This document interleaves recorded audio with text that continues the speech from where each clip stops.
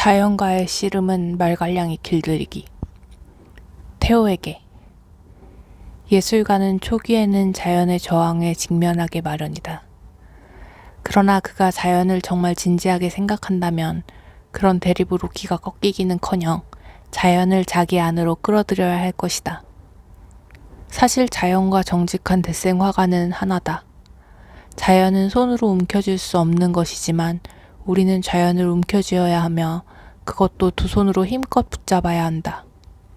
자연과 자주 씨름해온 나의 눈에는 자연이 유연하고 순종적인 것처럼 보인다. 물론 내가 그 정도 수준에 도달했다는 말은 아니다.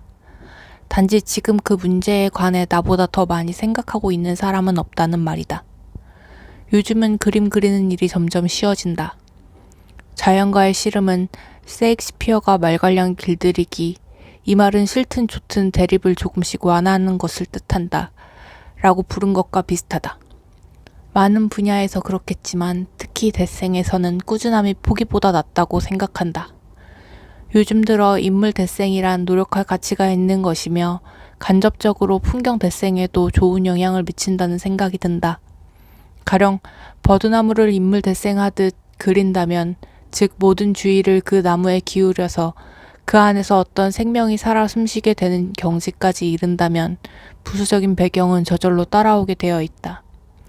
작은 스케치 몇 점을 동봉한다. 요즘은 레르가에서 그림을 그리고 있다.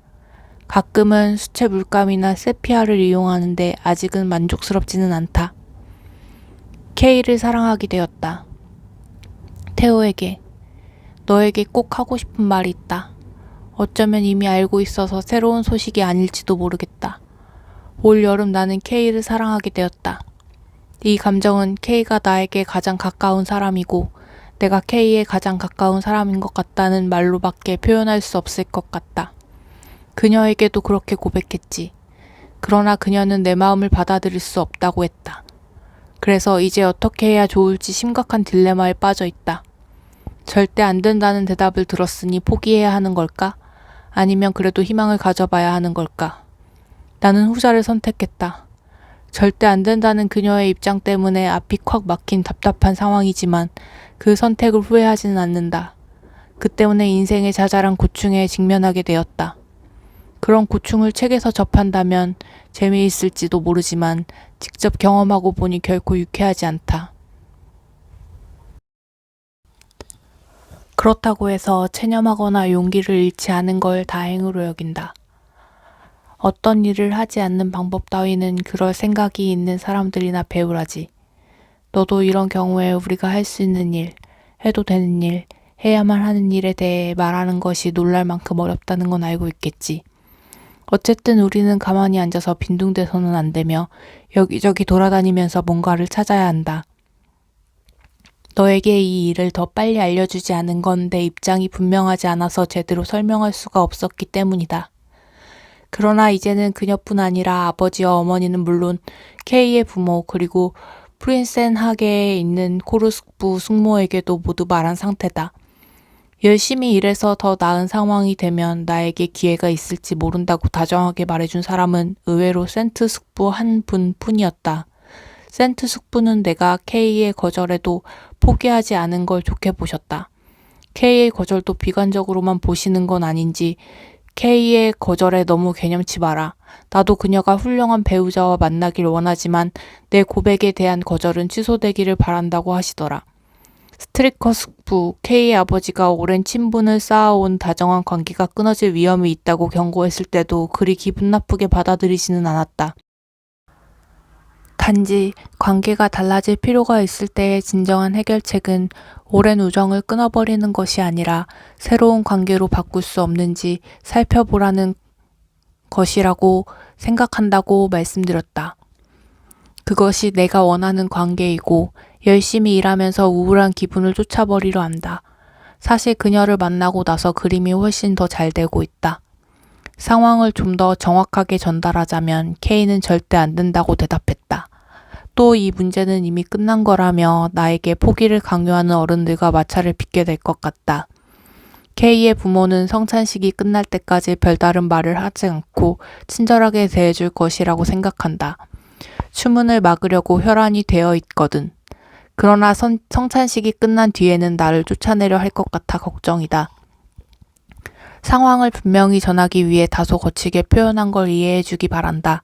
속마음을 적나라하게 표현한 듯한 느낌도 들지만 그래야 상황을 좀 더 정확하게 전달할 수 있다고 생각한다. 그러니 내가 어른들을 공경하지 않는다고는 생각하지 마라. 그들이 이 문제에 적극적으로 반대한다는 걸 너에게 분명히 전해주려는 것뿐이다. 어른들은 내가 K와 만나지 않기를 바라며 서로 편지를 주고받지 않는다는 걸 확인하고 싶은 것이다. 우리가 만나서 이야기를 나누고 서로 편지를 나눈다면 K가 마음을 바꿀 수도 있다는 걸 그들도 알기 때문이지.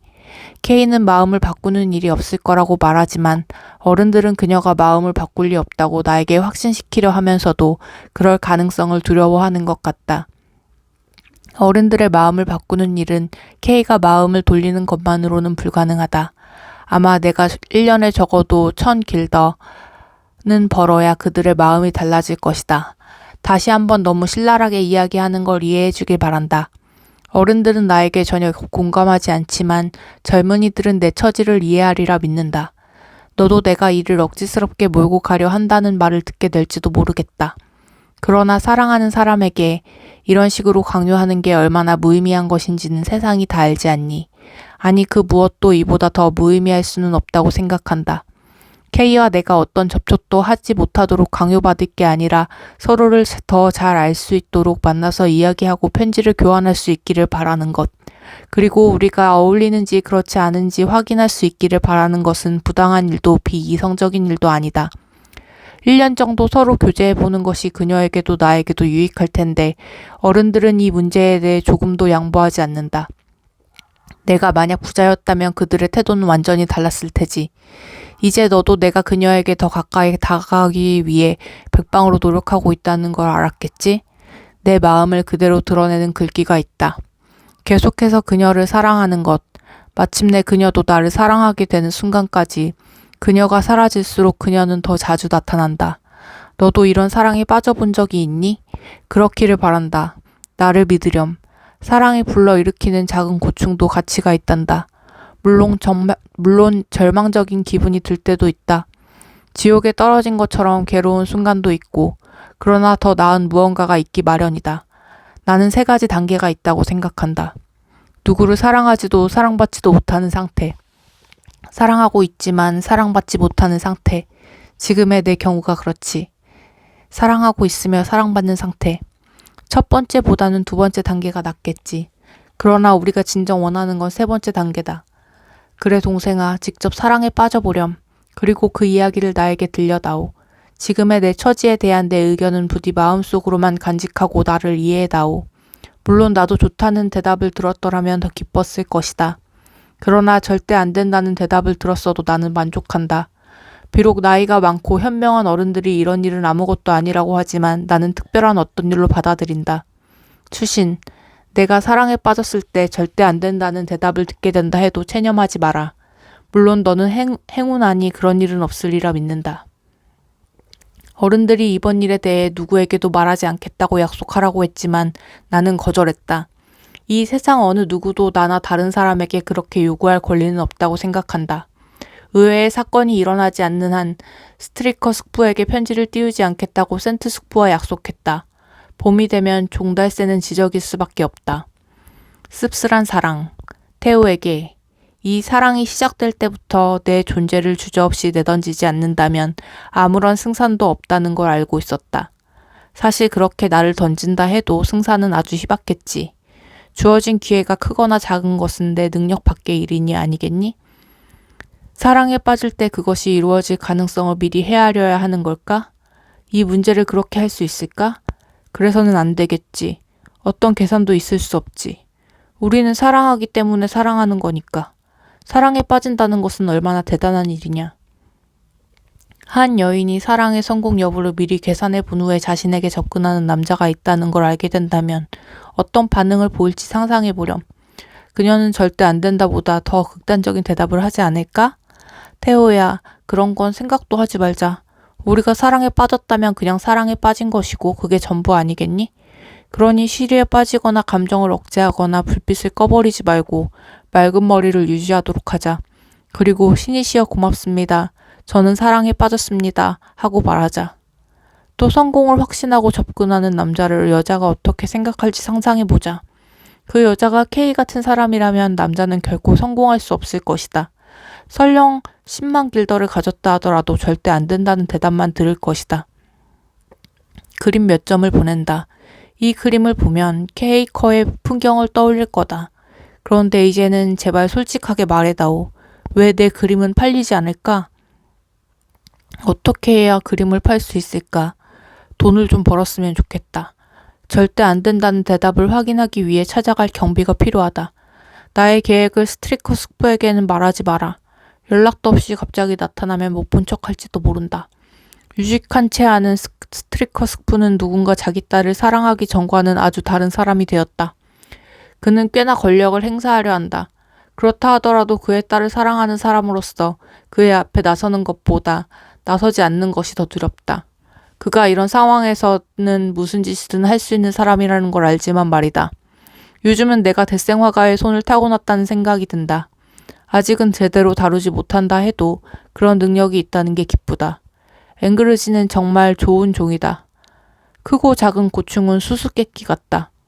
힘들더라도 해답을 찾으려 노력할 만한 가치가 있다. 이유도 없이 불평만 일삼는 행운아들, 그들은 나를 우울한 놈이라고 한다. 그러니 내가 절대 안 된다는 대답을 들은 것을 축하해달라고 너에게 부탁하고 싶다.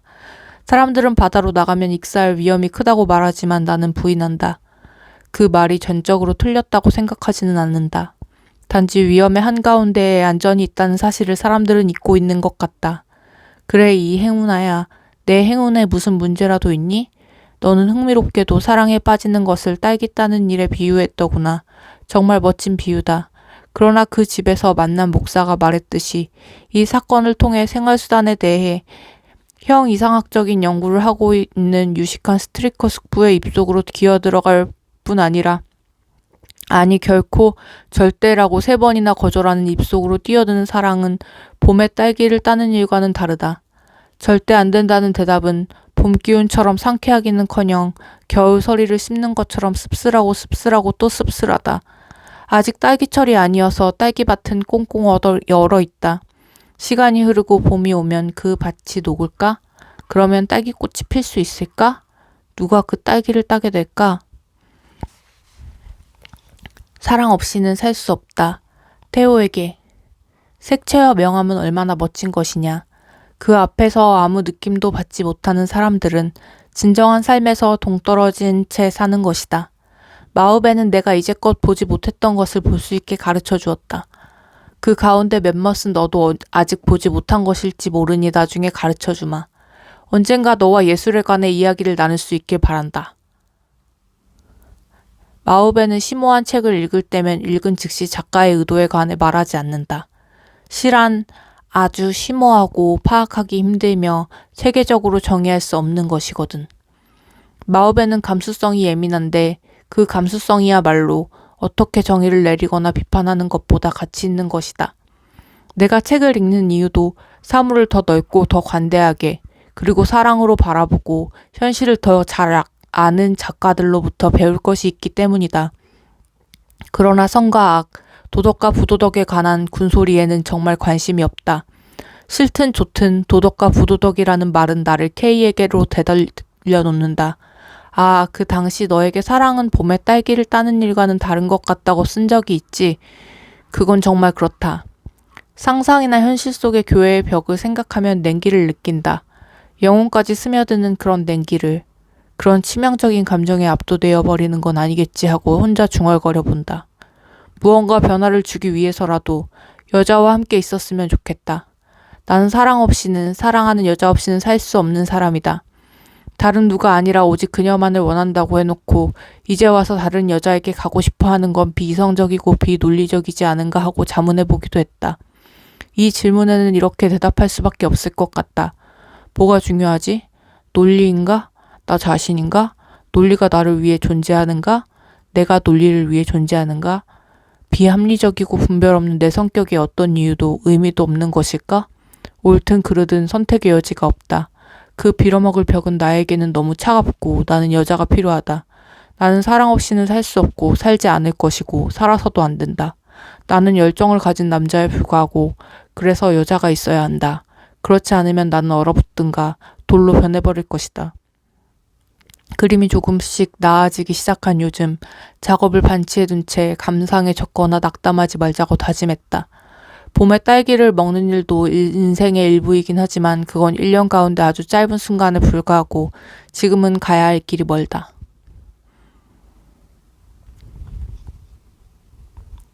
너에게 부탁하고 싶다. 태우에게. 에턴에서 내 편지를 받은 후 다시 헤이그로 왔다. 성탄절에 아버지와 격하게 말다툼을 했는데 아버지께서는 내가 집을 떠나는 게 좋겠다고 하시더라.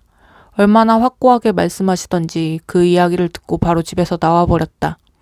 내가 교회에 가지 않았던 게 다툼의 원인이었는데 그 후 올 여름 K와 있었던 일을 포함해 훨씬 많은 문제가 있었다. 지금까지 살아오면서 내가 그렇게 화를 낸 적이 있었는지 기억이 나지 않을 정도다. 난 그들이 믿는 종교가 너무 끔찍하다고 솔직히 말해버렸다. 종교에 깊이 빠져있을 때 너무도 비참하게 생활해야 했기에 이제 더 이상 종교는 생각하고 싶지도 않았고 위험한 것을 대하듯 멀리하고 싶었다. 내가 너무 심하게 화를 낸 것일까? 어쩌면 그럴지도 모르지만 이제는 모두 끝난 일이다. 이제 침몰하느냐 헤엄쳐 건너가느냐 하는 심각한 상황에 처하긴 했지만 언젠가는 겪어야 할 일이다. 내가 그때 무슨 말을 할 수 있었을까? 단지 문제가 생각보다 일찍 터졌을 뿐이다.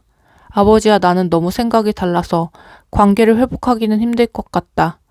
이제 내 앞에는 힘겨운 시간이 기다리고 있다. 나를 집어삼킬 큰 파도를 만나게 될지도 모르지. 내가 어떻게 알 수 있겠니? 하지만 나의 전투는 계속될 것이고 삶을 소중히 여기면서 그 싸움에서 이겨 최상의 것을 얻어내기 위해 노력할 것이다. 너도 짐작하겠지만 난 걱정이 아주 많다. 하지만 한편으로 다시 돌아갈 수 없을 정도로 밀고 나간 것에 만족감을 느끼기도 한다. 앞날이 험난하긴 하겠지만 이제 내 앞만 바라보게 되었으니까. 태호야, 그래서 너에게 부탁하고 싶은 것이 있구나. 내가 아주 힘든 상황이 아니라면 가끔이라도 내게 돈을 보내줄 수 있겠니? 여유가 된다면 다른 사람에게 주기보다는 내게 보내다오. 경제적인 문제까지 마우베에게 신세를 질 수는 없지 않겠니? 그는 내게 그림에 관해 조언해주고 있는데 그것만으로도 큰 도움이다. 물론 그는 침대와 가구들을 사라면서 필요하면 돈을 빌려주겠다고 하더구나. 옷도 더 잘 챙겨 입고 너무 궁색하지 않게 지내야 한다면서 말이다. 곧 더 자세히 쓰겠지만 일이 이렇게까지 되어버린 것을 불행이라 생각하지 않는다. 오히려 온갖 감정이 교차하는 가운데서도 차분함을 느낀다. 위험의 한가운데에 안전이 있는 법이지. 우리에게 뭔가 시도할 용기가 없다면 삶이 도대체 무슨 의미가 있겠니? 습작에 몰두하다. 태호에게.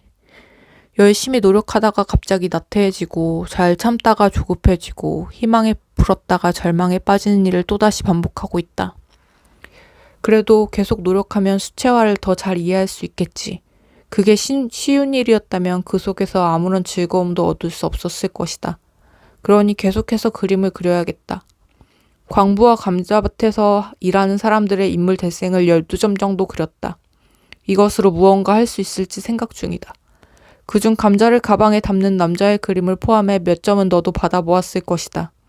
언제가 될지 모르는 확실하지 않지만 조만간 이 습작을 기반으로 진지하게 작품 제작에 들어가려 한다. 이를 위해 작년 여름에 아주 세심하게 관찰하며 돌아다녔다. 또 이곳 모래 언덕에 대지와 하늘의 습작을 많이 했으니 이제 대담하게 그려넣기만 하면 된다. 후회할 시간이 없다. 태호에게. 너는 형은 언젠가 깊이 후회하게 될 거야 라고 말했지. 사랑하는 동생아, 난 그 이전부터 너무 많이 후회해 왔다고 생각한다. 상황이 악화되는 걸 보면서 피해보려고 노력하기도 했다. 하지만 결국 성공하지 못했고 이제 와서 지난 일의 잘못을 따진들 무슨 소용이 있겠니? 내가 계속 후회하고 있어야 하는 거냐? 아니, 난 정말이지 후회할 시간 따윈 없다.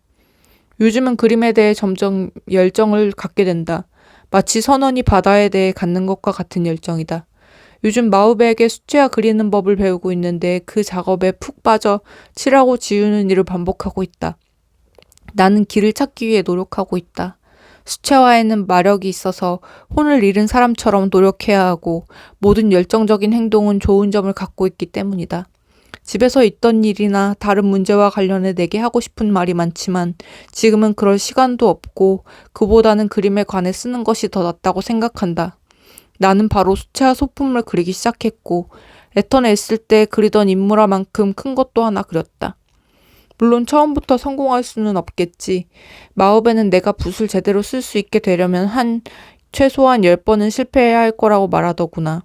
하지만 그런 후에야 더 나은 미래가 있을 테니 실패해도 낙담하지 않으면서 침착하게 작업하고 있다. 작은 수채화의 스케치를 같이 보낸다. 내 작업실 구석에서 커피를 갈고 있는 어린 소녀의 그림이다. 내가 추구하는 것은 특유의 분위기다. 해질녘의 나른한 어스름을 배경으로 소녀의 머리와 작은 손에 깃든 빛과 생명을 드러내고 싶은 것이다. 다른 스케치는 벽난로와 난로, 그리고 마룻바닥에 앉아있는 소녀를 그린 것이다. 데생이 제대로 된다면 그림의 4분의 3은 투박하게 그리고 어린 소녀가 앉아있는 부분만 부드럽게 감정을 실어 그릴 생각이다. 아직은 내가 느끼는 모든 것을 온전히 표현할 수는 없다. 투박해야 할 부분은 충분히 투박하지 못하고 섬세해야 할 부분 역시 충분히 섬세하지 못하다. 하지만 중요한 것은 그런 어려움에 도전하는 것이라 생각한다. 어쨌든 나는 그 장면을 종이에 옮겨 놓으려 노력했고 내 생각은 표현되었다. 그것만으로도 좋다고 생각한다. 하루 만에 기술을 다 익힐 수는 없을 테니까.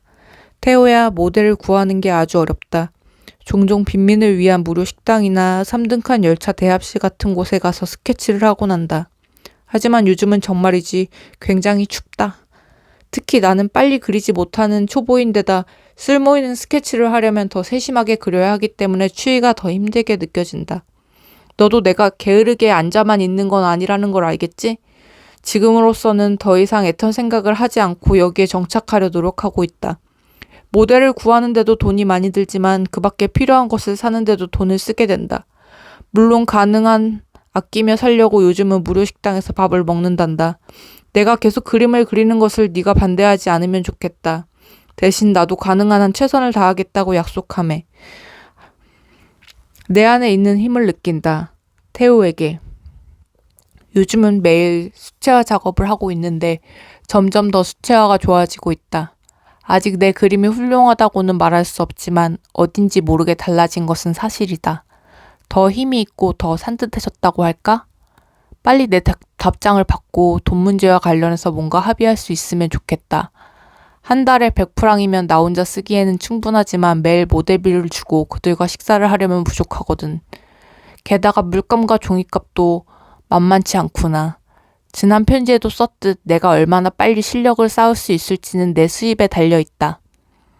나는 매일 수채화 그리는 법을 익히고 있다. 이제 그림을 팔 수 있는 수준이 되는 것도 그리 멀지 않았다. 테르스테이흐 씨가 수채화 소품 중에 잘된 게 있으면 사주겠다고 하더구나. 작은 노파 그림을 완성했다. 그 스케치를 동봉한다. 분명 언젠가는 내 그림이 팔릴 거다. 날 믿어라. 하루 종일 지칠 때까지 꾸준히 그림을 그리고 있다. 그것도 아주 기쁘게 말이다.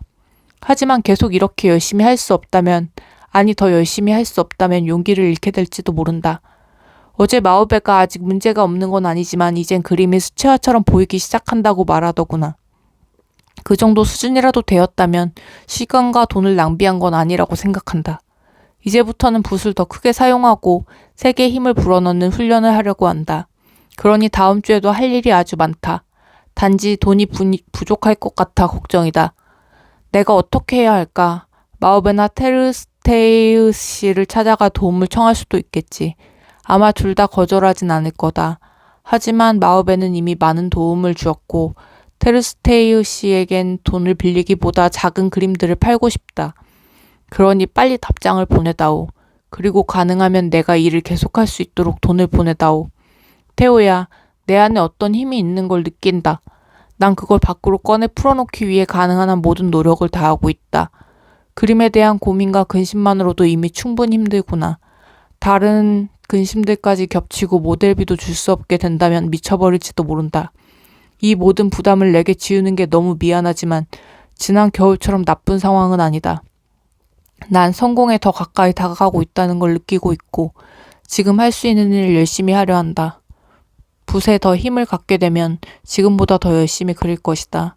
우리가 열정을 잃지 않고 계속 노력한다면 내가 더 이상 돈을 보내지 않아도 될 날이 그리 멀지 않으리라 생각한다. 인간을 그린다는 것. 테오에게 한 사람을 모델로 인문화를 그릴 때면 더 많은 사람과 함께 있는 구성을 염두에 둔다. 가령 3등칸 대합실이나 전당포, 지방 같은 곳에 사람들이 모여있는 구성을 상상하지.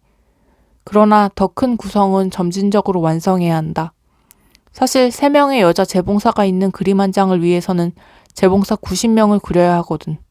그건 정말 힘든 일이다. 이제 화상이나 화가들을 쫓아다니지 않기로 했다. 그들이 누구든 상관없다. 내가 쫓아다녀야 할 사람은 모델이다.